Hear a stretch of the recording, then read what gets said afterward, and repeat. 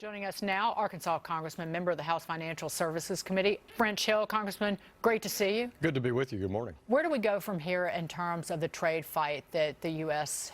has chosen to wage with China? Well, it's a trade fight that's been 2 decades in the making since China joined the WTO.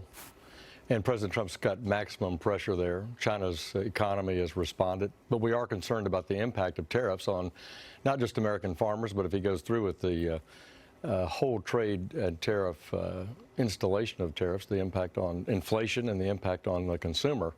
But my view, looking at the numbers, fully implemented, you're still seeing a very modest GDP impact from it in America, with more of that being borne in the trouble in the Chinese economy. But I'm concerned about the inflationary aspect of it, and I'm concerned about the impact on consumers if it was fully implemented. What we need is a good deal with China that restructures and rebalances our arrangement and gets rid of their mercantilistic policies they've pursued now for 30 years. Yeah, I think it's pretty important to note that, I mean, they've had this plan in place for several years, and they're trying to extract it. I mean, this 2025 plan leads to a 2035 plan, which leads to the 2049 plan, which means they are the #1 military in the world, right? It was part of their 100-year plans for the celebration of their Communist Party.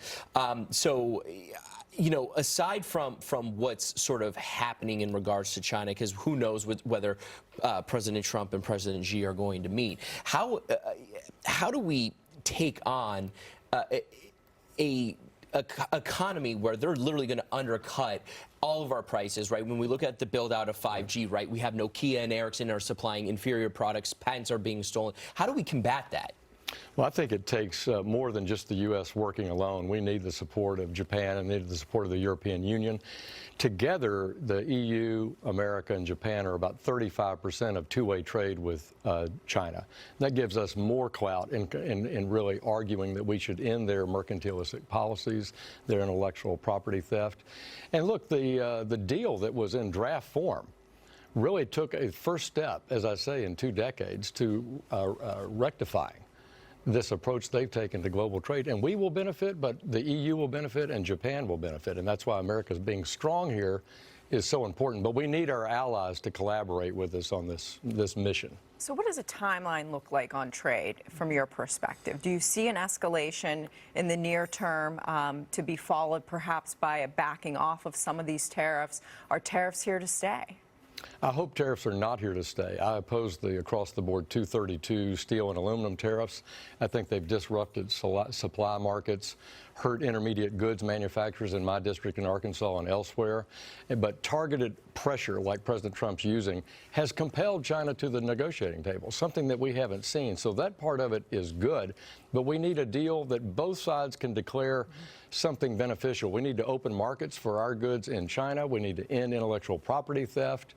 We need to get them to be more of a global player on a standard set of rules, whether we're talking about lending money, one belt, one road, or whether we're talking about trade in their market. Do you think targeting specific companies like Huawei is really going to help bring them to the table to actually negotiate and address the major structural issues like IP theft, tech transfer, et cetera? I think when you see an egregious example and something we're concerned about globally for cyber risk and national security risk connected to that yes, it does. It's part of it.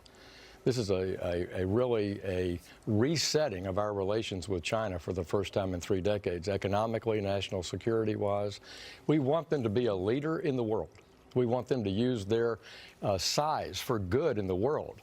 But we want them to play by the world's rules and not by their rules. And I think people need to stop being shocked when President Trump does something, when he tries to fulfill a promise that he made to the people who voted for him. Right. Jack, do you have a question? Yeah, Fed policy. I mean, in a lot of ways, the Fed holds the key, to this trade war. Do you think that we can count on our Fed as we get in the trenches of this trade war? Well, I don't think you can solve the trade war or the impact of a trade war through monetary policy. So I think the Fed is looking at the macro signs that include trade, includes the oil markets, includes global economic indicators. And right now, America is the brightest spot in the global economic story.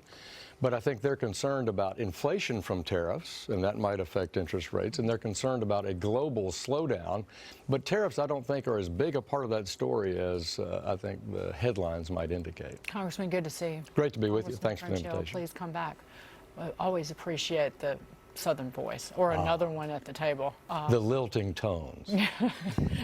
Would you back Sarah Huckabee Sanders if she runs for governor? Which is what I've the known her president since wants. she was 12. Sarah Huckabee Sanders is a great leader. We welcome her home. Indeed. Congressman, take care.